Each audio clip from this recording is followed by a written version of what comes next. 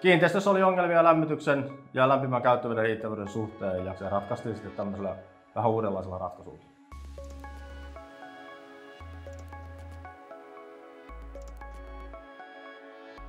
Asiakkailla oli tosiaan haasteita tämän maalämpöjärjestelmän kanssa ja tämä kiinteistö on muutama vuosi sitten liitetty tähän Loimoan kiinteistövalvomoon ja oikeastaan sitä kautta päästiin paremmin sitten niin kuin käsille niihin ongelmiin, mitä tähän talon lämmitykseen liittyen oli olemassa. Ja yhtenä vaihtoehtona tuli sitten esiin se,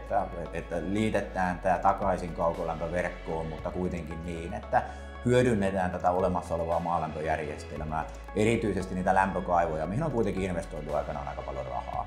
Hybridijärjestelmistä, mistä meillä on paljon kokemuksia nimenomaan tämän kiinteistövalvomon kanssa, niin kyllähän niissä on paljon haasteita.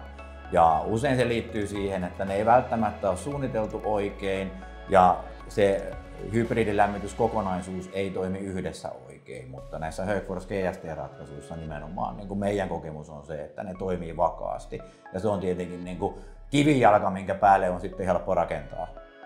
Sen jälkeen kun järjestelmä on asennettu, niin ei ollut minkäännäköisiä ongelmia tässä, että on toiminut hyvin mallikkaasti ja pystytään ohjaamaan eri energiamuodolla sitten miten halutaan riippuen markkinatilanteesta tätä järjestelmää ja on ollut äärimmäisen luotettava heti käyttöönottopäivästä lähtien. Tärkeintä on nimenomaan se asiakaslupaus ja se, että niin kuin asiakas luottaa meihin ja siihen, että kun meidän kanssa tekee yhteistyötä, niin silloin myöskin se yhteistyö toimii. Högforsihan on niin kuin merkittävä kaukolämmön laitteisiin liittyvä toimittaja ollut meille jo vuosikausia, eli heidän kautta tulee paljon lämmönjakokeskuksia Loimoan kaukolämmössä oleviin kiinteistöihin ja sitä kautta niin kuin on tosi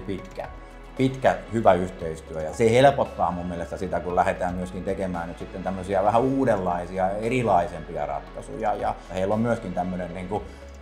innovatiivinen tavallaan niin kuin tapa ajatella siellä taustalla, että ajatellaan vähän out of the box ja pystytään myöskin ratkomaan uudenlaisia ongelmia.